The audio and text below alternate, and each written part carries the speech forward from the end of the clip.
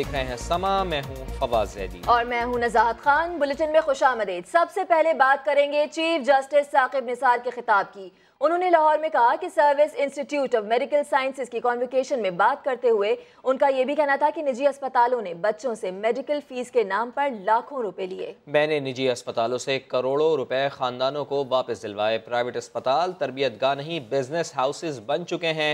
हमने मामलात में मुदाखलत नहीं की, जहां गलतियां थीं उनको ठीक करने के लिए इक़दाम उठाए। अवाम के मसाइल की वजह से जिद्दोजहद कर रहा हूं।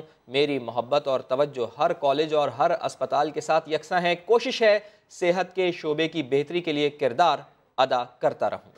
मैंने 726 मिलियन रुपए जिन बच्चों से 22, 23, 24, 25 इवन 34 लाख रुपए फीस ली गई थी, मैंने उन प्राइवेट हॉस्पिटल से उन फैमिलीज को वापस दिलवाई। मुझे को बता दे कि मैं किसी एक हॉस्पिटल की एडमिनिस्ट्रेशन में इंटरफेरेंस की हूं। जहां पे गलतियां हो रही थी, जहां पे कमियां थी, ये हमारा जुडिशियल ड्यूटी थी। आपके हॉस्पिटल्स में आप देख रहे थे कि वहां पे पानी की, साफ पानी के पीने के जो वसाइल हैं वो नहीं।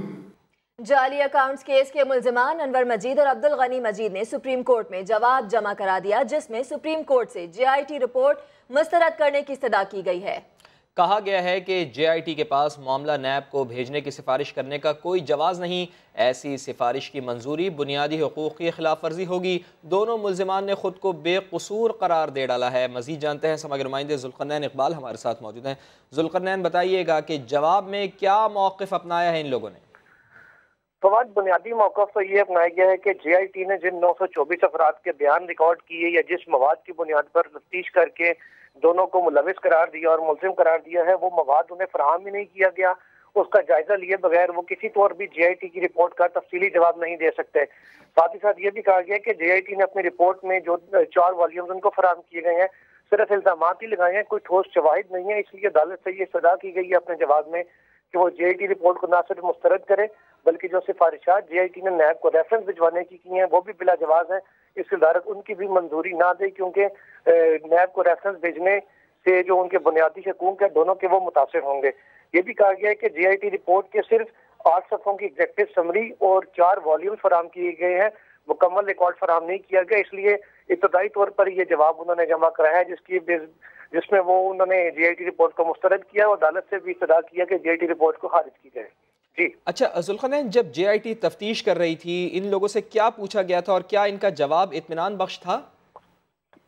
देखिए, बुनियादी तौर पर तो जो ओमनी ग्रुप है उससे के जाली अकाउंट से रिलेटेड उनसे तफ्तीश की गई थी कि जो अकाउंट्स बने थे, जिन अकाउंट्स के जरिए ओमनी ग्रुप में पैसा आया और जो पैसे वहां से ओमनी ग्रुप से दूसरे अकाउंट से मुंतकिल हुए, इन तमाम चीजों की तफ्तीश उनसे की गई थी। तफ्तीश में वो मुतमईन नहीं कर सके थे जो मुतल्लिका हुकाम है उनको, जिसकी बुनियाद पर ही JIT ने ये सारी फाइंडिंग्स दी और अब इसी बुनियाद पर ही ये जवाब को भी मुस्तरद कर रहे हैं और JIT रिपोर्ट को भी ओमनी ग्रुप ने मुस्तरद किया है।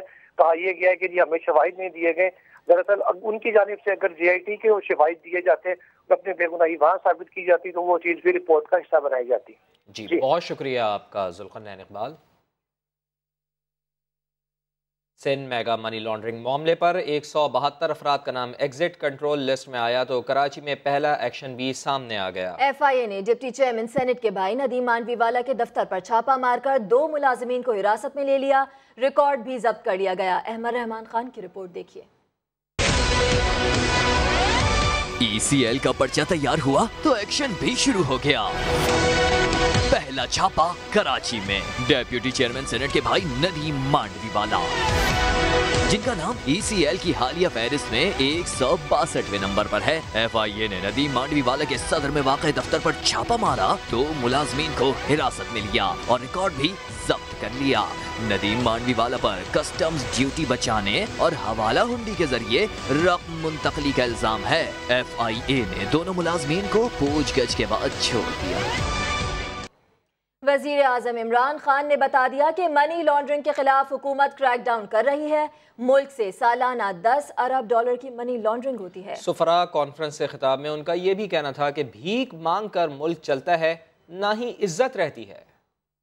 ये मनी लॉन्ड्रिंग आपने अभी देख ही लिया होगा, ये जो फेक बैंक अकाउंट्स की कल मेरी बड़ी तारीफें कर रहे थे फेक बैंक अकाउंट्स के ऊपर, आपको पता ही चल गया कि किस लेवल का पैसा चोरी होकर बाहर जा रहा है।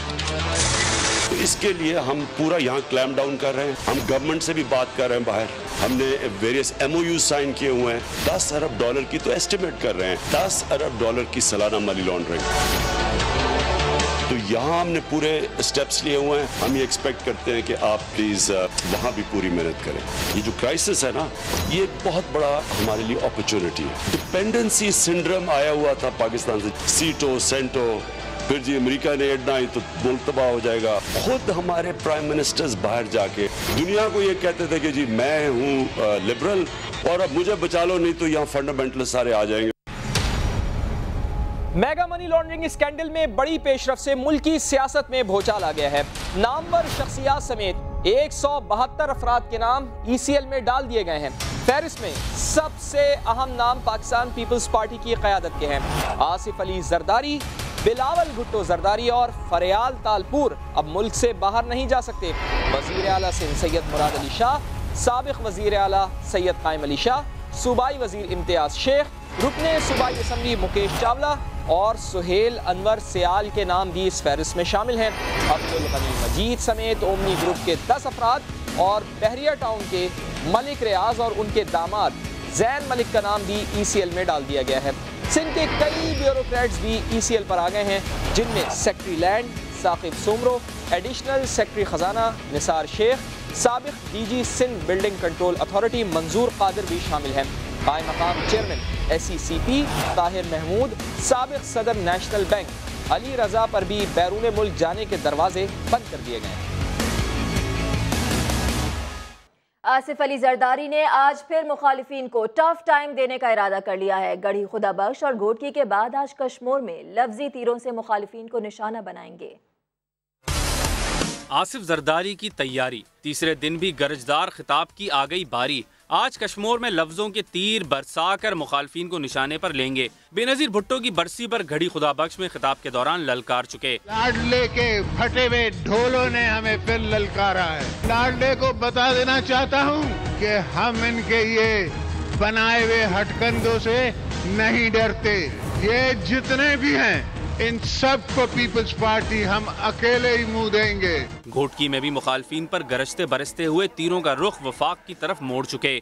जारहाना अंदाज में कह चुके कि डरेंगे ना झुकेंगे। ना आपकी लीडरशिप को, ना आपके वर्करों को कोई डरा सकता है, ना उनको कोई झुका सकता है। उर्दू में इसलिए बात करता हूँ कि इस्लामाबाद में बहरे, गूंगे और अंधे लोग रहते हैं। कल जो मुफाहमत का बादशाह समझा जाता था, आज मुजामत का रास्ता अपना चुका है। ECL में नाम आने के बाद आसिफ अली जरदारी का गम और गुस्सा बढ़ता जा रहा है। अपर सिंध में सियासी हलचल। आसिफ अली जरदारी मुसलसल तीसरे जलसे से खिताब करेंगे। कश्मोर में पिंडाल सज गया। दूसरी जानिब गवर्नर सिंध इमरान इस्माइल भी GDA रहनुमाओं से मुलाकातें करेंगे। हुकूमत साजी के लिए जोड़ तोड़ जारी है। PTI और DA अरकान का हंगामी इजलास सिंध असेंबली में अपोजिशन लीडर फिरदौस शमीम नकवी के चेंबर में हुआ। आपको हम खबर दे रहे हैं, सिंध में हुकूमत साजी के लिए जोड़ तोड़ जारी है। समा के नुमाइंदे फैसल खान हमारे साथ लाइन पे मौजूद हैं। फैसल, अपडेट कीजिएगा। देखिए, सिंध में हुकूमत साजी का कल PTI की जानिब से ऐलान किया गया कि वो सिंध में हुकूमत बनाने जा रहे हैं और इसी हवाले से एक हंगामी इजलास इस वक्त सिंध असेंबली में जो है बुलाया गया है, जिसकी सदारत कर रहे हैं अपोजिशन लीडर फिरदौस शमीम नकवी। इसमें पाकिस्तान तहरीक इंसाफ के MPs शामिल हैं, जबकि GDA के भी बड़ी तादाद में MPs शामिल हैं। इस इजलास में MQM की जानिब से कोई MP इस वक्त तक शामिल नहीं हुआ है, लेकिन इस इजलास में देखा जाएगा कि सिंध में किस तरह हुकूमत साजी की जाए, क्या किया जाए। ये पाकिस्तान तहरीक इंसाफ की जानिब से दावा किया जा रहा है कि पीपल्स पार्टी के तकरीबन 20 से 22 MPs उनसे राब्ते में है और आसिफ अली जरदारी की अगर मुमकिना तौर पर गिरफ्तारी होती है तो उनकी जानिब से कहा जा रहा है कि पीपल्स पार्टी में भी MQM की तरह धड़े बन जाएंगे और जो पीपल्स पार्टी के बड़े अरकान हैं वो उनके साथ राब्ते में हैं और इसके लिए वो हुकूमत साजी के लिए इसी हवाले से राब्ता किया जा रहा है और ये इजलास इसी हवाले से है कि सिंध में किस तरह हुकूमत बनाई जाए। सिंध में किस तरह हुकूमत बनाई जाए। PTI और GDA अरकान का हंगामी इजलास सिंध असेंबली में अपोजिशन लीडर फिरदौस शमीम नकवी के चेंबर में हुआ। आप अपडेट कर रहे थे, बहुत शुक्रिया आपका। महंगाई के मारे आवाम के लिए बड़ी खुशखबरी। नए साल में पेट्रोलियम मसनूआत 15 रुपए फी लीटर सस्ती होने का इम्कान है। ओगरा ने कीमतों में कमी की समरी हुकूमत को भिजवा दिया है। इस्लामाबाद से रिपोर्ट कर रहे हैं वहाब कामरान। आलमी मंडी में खाम तेल की कीमत में कमी का असर। तब्दीली सरकार ने नए साल के आगाज पर आवाम को बड़ी खुशखबरी देने की तैयारी शुरू कर दी। 1 जनवरी 2019 से पेट्रोलियम मसनूआत की कीमतें 15 रुपए फी लीटर तक कम की जाएं। ओगरा की सिफारिश।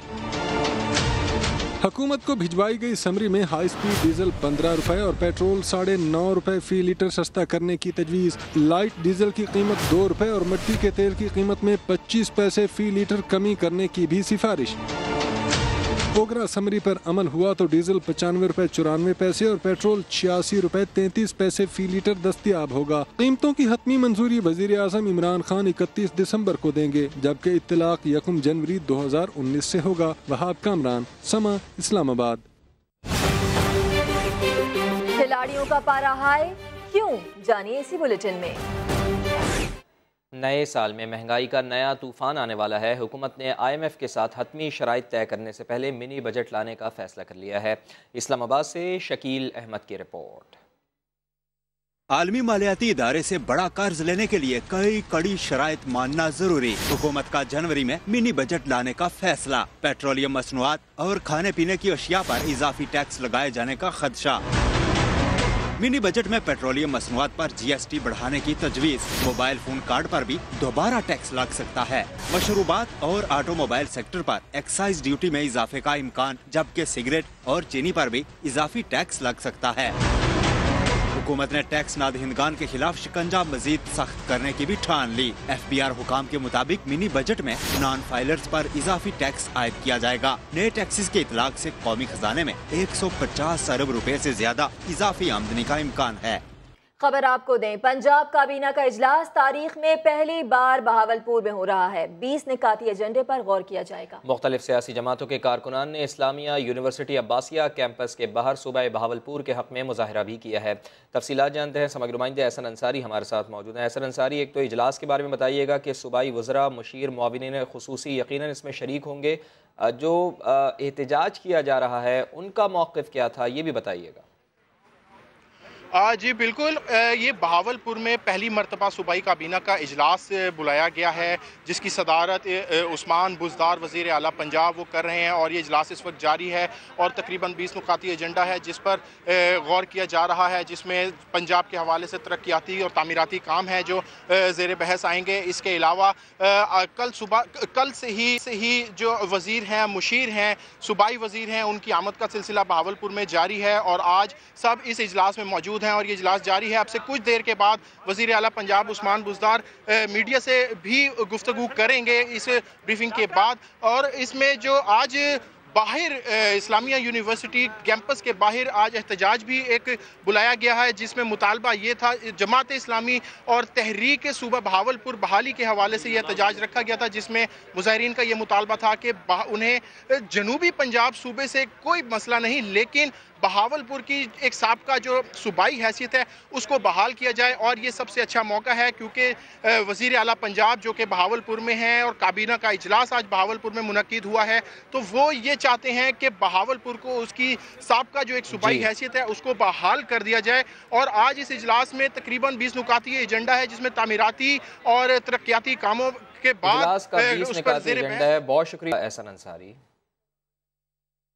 बात करते हैं कराची में गैस बहरान की। घरों में गैस प्रेशर की कमी है तो CNG स्टेशन पर भी गैस नहीं।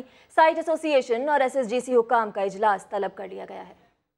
कराची में गैस का बहरान हल ना हो सका, चूल्हा जल रहा है, ना गाड़ियों को गैस मिल रही है। इंडस्ट्री कैसे चलाएं, फैक्ट्री मालकान भी परेशान हैं। पापोश नगर, नॉर्थ कराची, कुरंगी क्रॉसिंग, किमाड़ी और खारादर समेत दीगर इलाकों में गैस प्रेशर में इंतहाई कमी है। शहरियों को शदीद दुश्वारी का सामना है। दूसरी जानिब CNG स्टेशंस 12 घंटों की इजाफी बंदिश के बाद आज रात 8 बजे खुलेंगे।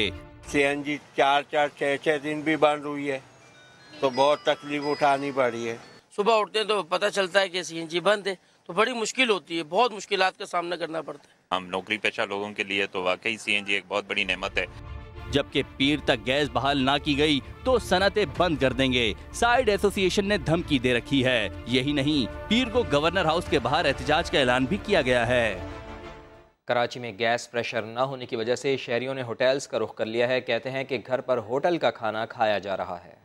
सिलेंडर गैस भरना पड़ता है, 5-6 हज़ार जो हमारा वो खर्चा बढ़ जाता है। आगे कोयला मंगाना पड़ता है, उसका खर्चा है, लकड़ी का खर्चा है। फिर सुबह 5 बजते गैस चली जाती है। अब जिसको पकाना होता है पकाना है, नहीं पकाना होता है वो रह जाता है। फिर होटलों से खाना खाओ, बीमार होते हैं। इधर अंडा और पराठा खाओ, चाय पियो, 80 रुपया दियो, नहीं दियो तो लाला बोलता है बर्तन मांजो हमारा। गैस लोड शेडिंग पर पीटीआई कारकुनान अपनी ही तब्दीली सरकार के खिलाफ सड़कों पर आ गए। आईजीपी रोड ब्लॉक करके शदीद नारेबाजी की। ये भी कह दिया कि हुकूमत के किसी वादे पर अब कोई एतबार नहीं। उमर आसिफ की रिपोर्ट। रावलपिंडी में खिलाड़ियों का पारा चढ़ गया। वजह है गैस बंदिश से चूल्हे ठंडे होना। एहतजाज के लिए निकले, लकड़ियां जलाकर और रुकावटें खड़ी करके आईजीपी रोड ब्लॉक कर दी। शदीद नारेबाजी भी की। मुजाहिरीन की तब्दीली सरकार को अवाम पर रहम करने की दुहाइयाँ। वोट भी इमरान खान को दिया है। मेरे समेत हम वर्कर हैं पीटीआई के और हमारा ये मसला हल नहीं किया जा रहा। इलाके में गैस की शदीद लोड शेडिंग है। ज्यादातर इसमें पीटीआई वर्कर्स हैं और बाकी आवाम है, गरीब आवाम सारी आई हुई है। गैस बिल्कुल भी नहीं आती और बिल 10-10 हज़ार 20-20 हज़ार बिल आते हैं। पुलिस और इंतजामिया के साथ मुज़ाकरात के बाद एहतजाज तो खत्म कर दिया गया, लेकिन मुजाहिरीन ने अपने आइंदा के अज़ाइम भी बता दिए। बिल्कुल झूठ है, कोई नहीं गैस खोलेंगे। अगर नहीं खोलेंगे हम दोबारा बंद करेंगे और तोड़ फोड़ भी करेंगे और गैस के दफ्तर में जाकर हंगामा करेंगे। अवाम पूछते हैं चूल्हे न जलने पर नाश्ते के बगैर घर से जाना तो पुराने पाकिस्तान में भी मामूल था, तो फिर आखिर बदला क्या है? कैमरामैन राहिल कुरैशी के साथ उमर आसिफ, समा, रावलपिंडी। कभी धूप तो कभी बादल और अब जाड़े की धुंध ने फैसलाबाद में कदम जमा लिए हैं। मोटरवे पर मुसाफिर इंतजार की अजियत में फंस गए हैं। शाहीन शहजादी की रिपोर्ट। सर्द हवाएं, गहरी धुंध में रास्ते हुए गुम।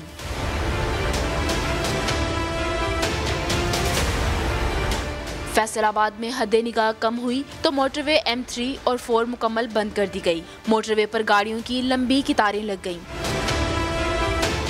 धुंध की वजह से रास्ता बंद किया मोटरवे वालों ने, तो बड़ी परेशानी है। हादसात से बचने के लिए मोटरवे पुलिस ने भी एहतियाती तदबीर अपनाने की अपील कर दी। मुसाफिरों को ये चाहिए कि ऐसी सूरत हाल में फॉग लाइट्स का इस्तेमाल करें, स्पीड लिमिट जो है उसको कंट्रोल में रखें और 130 से ये इन कांटेक्ट रहें। धुंध के बायस रेलवे सफर और कई परवाजें भी मुतासिर हुई। धुंध ने रास्ते तो गुम कर दिए हैं, मगर ट्रैफिक तर्जुमान कहते हैं कि सफर में एहतियाती तदबीर अपनाएं और जिंदगी बचाएं। कैमरामैन हाफिज अवैस के साथ शाहीन शहजादी, समा, फैसलाबाद। हीट वेव के बाद कोल्ड वेव ने पाकिस्तान का रुख कर लिया। आइंदा हफ्ते मौसम सरमा की पहली कोल्ड वेव पाकिस्तान में दाखिल होगी। महकमा मौसमियात ने मुल्क के बालाई इलाकों और बस्ती इलाकों में 3 से 4 दिन बारिश और पहाड़ों पर बर्फबारी की पेशगोई कर दी। इस्लामाबाद से आबिद अली रिपोर्ट कर रहे हैं। खुश्क ठंड का खात्मा करीब, बरखा रुत से सर्दी की नई लहर शुरू होने की पेशगोई। पहाड़ी इलाके सफेद चादर ओढ़ लेंगे। मुल्क के बालाई और बस्ती इलाकों के रहने वाले तैयारी कर लें। आइंदा हफ्ते मुल्क में कड़ाके की सर्दी पड़ने वाली है। महकमा मौसमियात ने बता दिया। आज और कल इस्लामाबाद, रावलपिंडी, मालाकंड, गिलगित बल्तिस्तान और कश्मीर में कहीं कहीं बूंदाबांदी का इम्कान है, जबकि मंगल और बुध के दरमियान शुमाली, बालाई और वस्ती इलाकों में बारिश और पहाड़ों पर बर्फबारी होगी। अबरे गरम बरसने से पंजाब और दीगर इलाकों में जारी धुंध का राज भी खत्म हो जाएगा। मंगल और बुध के दरमियान कोयटा, योब और दीगर पहाड़ी इलाकों में बर्फ अपना रंग जमाएगी। कोयटा और किलात में पारा -7 से भी नीचे गिरने का इम्कान है। कराची और सिंध वालों को मौसम सरमा की बारिश के लिए शायद मजीद इंतजार करना पड़ेगा। फैसलाबाद में 11 माह में 3000 से ज्यादा नौमौलूद दम तोड़ गए। ये इंकशाफ अलाइड और सिविल अस्पताल इंतजामिया ने किया है। प्राइवेट में जो मरीज होते हैं उसमें जो प्री मैच्योर बच्चे होते हैं या क्रिटिकल होते हैं या सीरियस होते हैं, वो फ़ौरन अलाइड में रेफ़र कर देते हैं।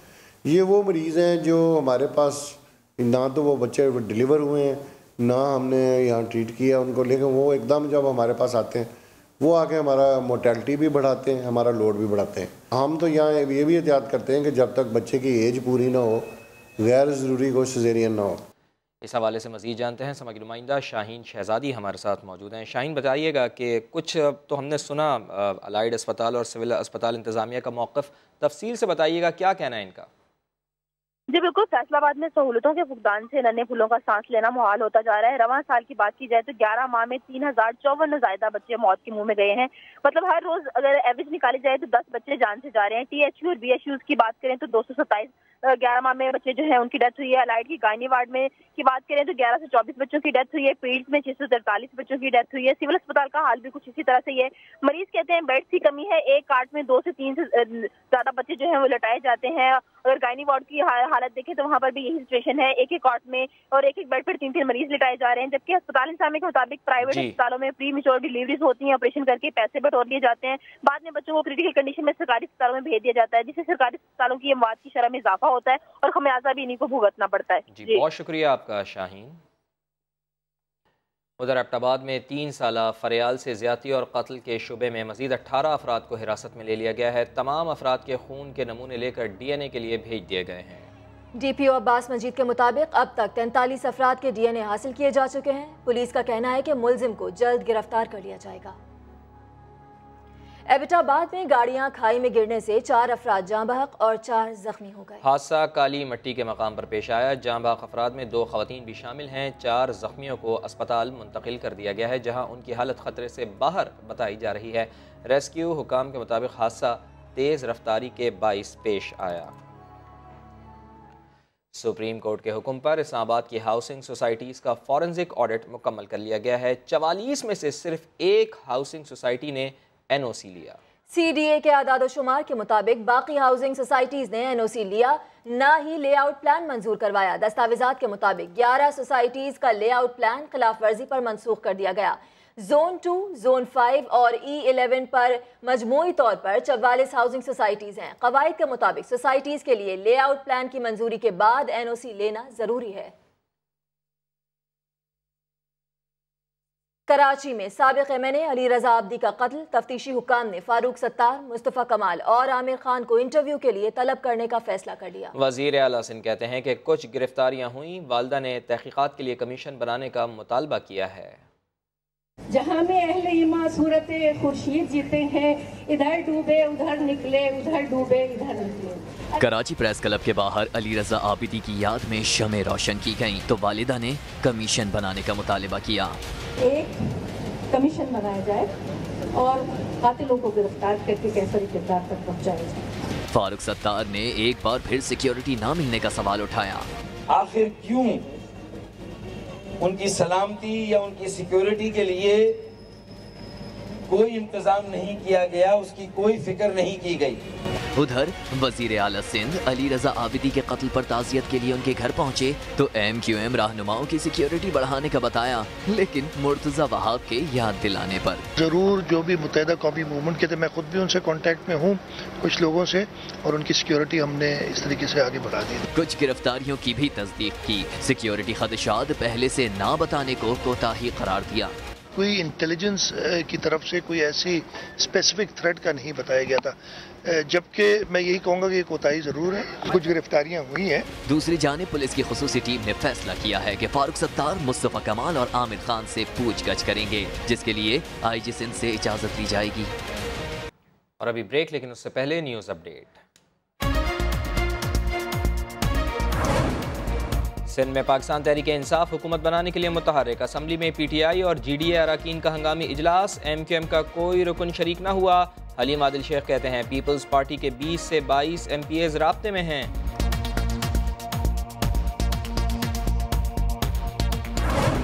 कश्मीर में आसिफ अली जरदारी के लिए उम्दा खाने, तीतर, बटेर, हिरन से बने मुख्तलिफ खाने तैयार। देसी साग, लस्सी, मक्खन और शहद भी पेश किया जाएगा। जियालों के लिए भी अलग खाने का बंदोबस्त। और फिलिपाइन के जनूबी जजीरे में जलजले के शदीद झटके, शिद्दत 7.2 रिकॉर्ड की गई। सुनामी का खतरा।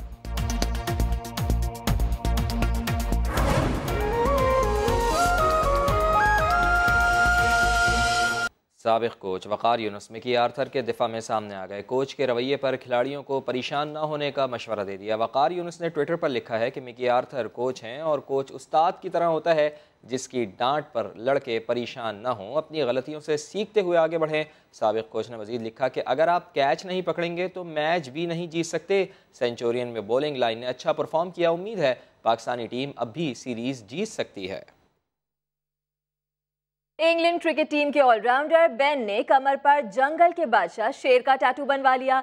बेन स्टोक्स से कमर पर बनने वाला टैटू 28 घंटे में मुकम्मल हुआ। टैटू में शेर, शेरनी और उनके 2 बच्चे नुमायां हैं। स्टोक्स ने इंस्टाग्राम पर तस्वीर शेयर करते हुए लिखा कि टैटू बनवाना हर किसी को पसंद नहीं होता, लेकिन मेरे तमाम टैटू मेरे लिए बहुत खास हैं। बेन ने हाथों पर भी डे बनवा रखे हैं। सिंध पुलिस में भी तब्दीली आ गई है। अब वाक़यात पर फौरी और जामे तफ्तीश होगी, लेकिन थानों में नहीं, SP ऑफिस में। कराची के पुलिस स्टेशन से तफ्तीशी अफसरान की SP ऑफिस मुंतकली का अमल शुरू हो गया है। पहले मरहले में जमशेद टाउन के थानों के तफ्तीशी अफसरान को SP जमशेद के दफ्तर मुंतकिल किया जा रहा है। इसी पर मजीद बात करेंगे समग्र नुमाइंदे शाहनवाज अली कादरी हमारे साथ मौजूद हैं। शाहनवाज अली कादरी, ये फैसला किया गया है, इसकी तफसीलात ज़रा बताइएगा। और देखिए, आला अफसरान का एक इजलास हुआ था और शोबा तफ्तीश को बेहतर करने के लिए फैसला हुआ था कि तमाम जो है थानों से शोबा तफ्तीश के दफातर को ख़त्म किया जाएगा। इसका आगाज़ जो है ईस्ट जोन से हो गया है और जमशेद टाउन के जितने भी थाने थे, तमाम थानों से तफ्तीशी अफसरान के दफातर को ख़त्म करके SP फिरोजाबाद के जो दफ्तर है वहाँ पर शिफ्ट कर दिया गया है। ये 8 शोबे जो है बनाए गए हैं, जिसमें कत्ल, इक़दाम कत्ल, डकैती समेत जो है जितने भी जराइम हैं उस पर जो है 39 अफराद की जो टीम है वो तहकीकात करेगी। इसके अलावा 33 अफराद में मुश्तमिल एक टीम बनाई गई है जो मतलूब और मफरूर मुल्ज़िमान की गिरफ्तारी के लिए काम करेगी। इसके अलावा इसके जो तमाम जो 8 शुबजात हैं, इसके जो हेड होंगे, जो निगरान होंगे, वो तसारत महमूद होंगे। आगाज़ जो है कर दिया गया है। यहाँ पर ऑफिस जो है अभी बनाए जा रहे हैं। शिफ्टिंग का काम जो है इस वक्त चल रहा है। जी, बात करते हैं गुजरावाला में सरगर्म खिड़की तोड़ गैंग की। पौश इलाकों में ये गैंग एक हफ्ते में 2 दर्जन से जायद वारदातें कर चुका है। पुलिस ने चोरों से निपटने के लिए निजी हाउसिंग सोसाइटीज के सिक्योरिटी गार्ड्स की तरबियत का फैसला कर लिया। मोहसिन खालिद की रिपोर्ट देखिए।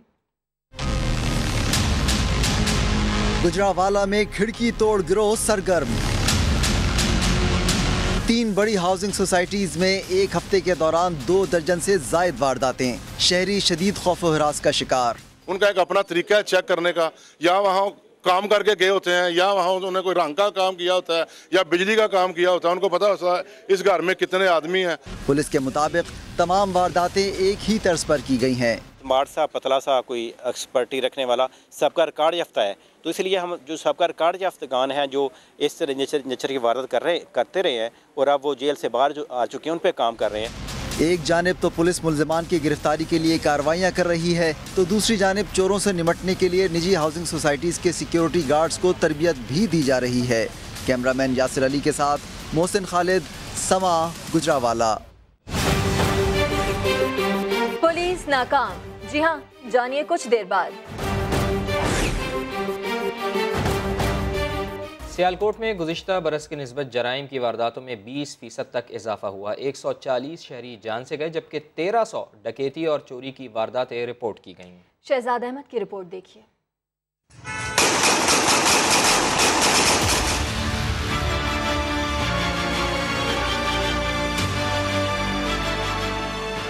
सियालकोट पुलिस अमन कायम करने में नाकाम। गुज़श्ता बरस की निस्बत इस साल कत्ल की वारदातों में 70% इजाफा हुआ, जबकि चोरी और डकैती की वारदातें 12% बढ़ गईं।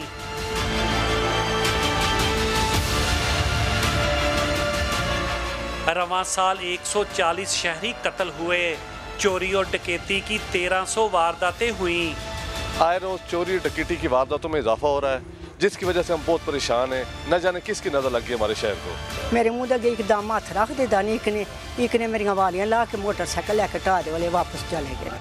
पुलिस कहती है जराइम पर काबू पा रहे हैं। कत्ल और डकैती के 60% मुजरमान को गिरफ्तार कर लिया गया है। हमारे अल्हम्दुलिल्लाह काफ़ी सारे ट्रेस्ड हैं केसेस जो कत्ल के हैं, और कुछ केसेस कत्ल के जो डकैती विद मर्डर होती है, रोड रॉबरी में होती है, वो निस्बतन हमारे लिए चैलेंजिंग होते हैं। उसमें भी अल्हम्दुलिल्लाह हमें कामयाबी मिली है। हमने 2-3 गैंग उसमें ट्रेस किए हुए हैं। सियालकोट के 27 थानों में सिटी सर्कल जराइम में सबसे आगे रहा। शहरियों का कहना है कि पुलिस जराइम की रोकथाम के लिए मौसर इकदाम करे ताकि इनका जानो माल महफूज रह सके। कैमरामैन नाजिक के साथ शहजाद अहमद, समा, सियालकोट।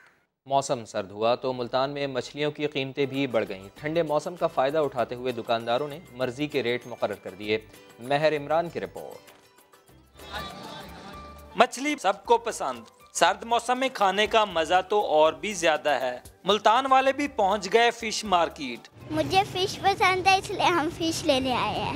मुझे फिश पसंद है, मैं खाता हूँ। राहू, डमरा, ग्रास और मल्ली समेत हर मछली की कीमत में दोगुना इजाफा हो गया। सर्दियाँ ऑब्वियसली वो रेट बढ़ जाता है और इन लोगों की फिर मोनोपोली है। मुल्तान में तो एक ही फिश मार्केट है, तो जाहिर है कि यहाँ पर फिर हेल्पलेस होता है बंदा। बार्गेन क्या करे, कितना कर लेंगे आप। सर्दियों से पहले 200 रुपए फी किलो मिलने वाली मछली 350 रुपए से जायद में फरोख्त हो रही है। मछली का रेट बढ़ जाने के बावजूद उसके खरीदारों में कोई कमी नहीं आई। कैमरामैन मिर्जा सलीम बेग के साथ माहिर इमरान, समा, मुल्तान। ठंडे मौसम में गर्मा गर्म मछली खाना भला किसे पसंद नहीं, लेकिन आंखों के सामने पानी में तैरती मछली को खरीद कर पकाने का ऑर्डर देने का तजुर्बा ही अलग है। रावलपिंडी से उमर आसिफ की रिपोर्ट।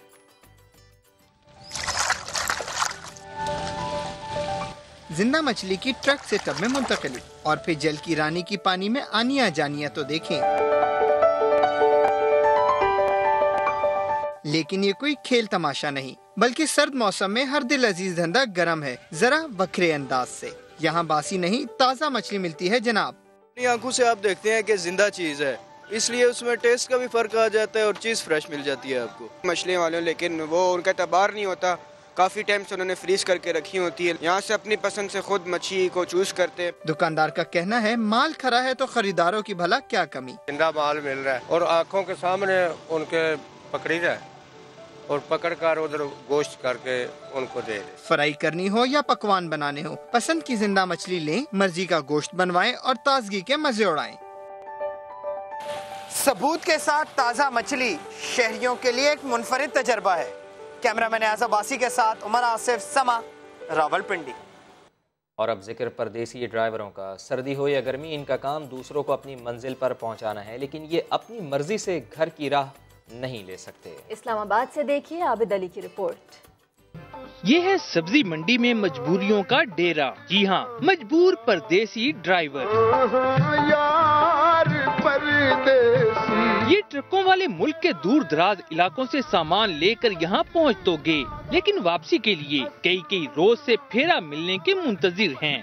माल मिल नहीं रहा है, जो मिल रहा है उसमें बच कुछ नहीं रहा। डीजल महंगा हो गया और किराया नीचे आ रहा है, खर्चा ऊपर हो गया, टोल प्लाजा ऊपर हो गया। धूप में महफिलें, गपशप, भूख लगे तो मिलकर खाना भी खुद बनाते हैं।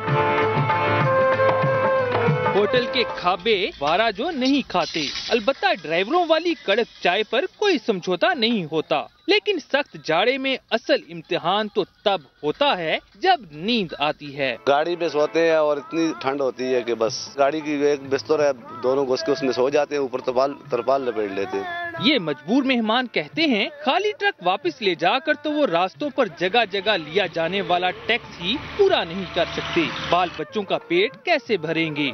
ट्रक ड्राइवर्स की शिकवे शिकायत अपनी जगह पर, लेकिन हुकूमत को बढ़ती हुई महंगाई को मात देने के लिए जल्द अज जल्द इक़दाम करना होंगे। कैमरामैन जियाफत अब्बासी के साथ आबिद अली, समा, इस्लामाबाद।